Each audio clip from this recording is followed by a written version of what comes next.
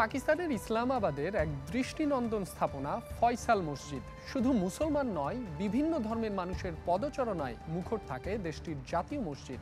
Saudi সরকারের অর্থায়নে মসজিদটির নামকরণও দেশটির সাবেক বাদশার নামে।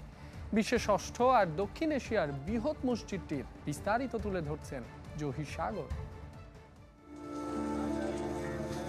অনিন্দ্য সুন্দর দৃষ্টিনন্দন স্থাপত্যের এক দারুণ নিদর্শন ফয়সাল মসজিদ।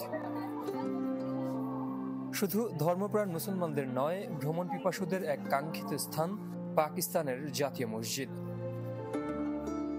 1978 সালে শুরু হওয়া মসজিদটির নির্মাণ ব্যয় $120 মিলিয়ন, যার পুরোটাই অর্থায়ন করে সৌদি সরকার, যে কারণে দেশটির তৎকালীন বাদশাহ ফয়সালের নামে যার নামকরণ। 1986 সালে যাত্রা শুরুর পরের 7 বছর পর্যন্ত যা ছিল বিশ্বের সবচেয়ে বড় মসজিদ। বর্তমানে এটি বিশ্বের ষষ্ঠ ও দক্ষিণ এশিয়ার সর্ববৃহৎ মসজিদ। মার্গেলা পাহাড়ের পাদদেশে 33 একর জমির উপর এটি অবস্থিত। তুরস্কের বিখ্যাত ভেদাত দালকায়ের ডিজাইনে যা পেয়েছে অপরূপ সৌন্দর্য। প্রথাগত মসজিদের মতো নেই কোনো গম্বুজ।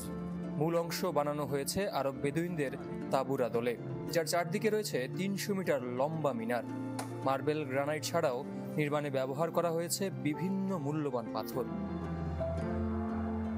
মসজিদটির মূল অংশে একত্রে নামাজ আদায় করতে পারেন 10,000 মুসল্লি, আর পুরো প্রাঙ্গণে জামাতে অংশ নিতে পারেন 3 লাখ মানুষ। রয়েছে নারীদের জন্য বিশেষ ব্যবস্থাও। নামাজের পাশাপাশি শিশুদের জন্য পবিত্র কোরআন শিক্ষারও সুযোগ আছে এই মসজিদে। রাখা হয়েছে ধর্মীয় লাইব্রেরিও, আর বাইরে জনসাধারণের জন্য পার্ক।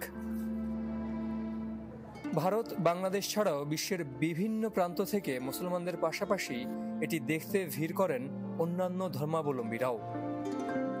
জহির সাগর, চ্যানেল 24, ইসলামাবাদ, পাকিস্তান।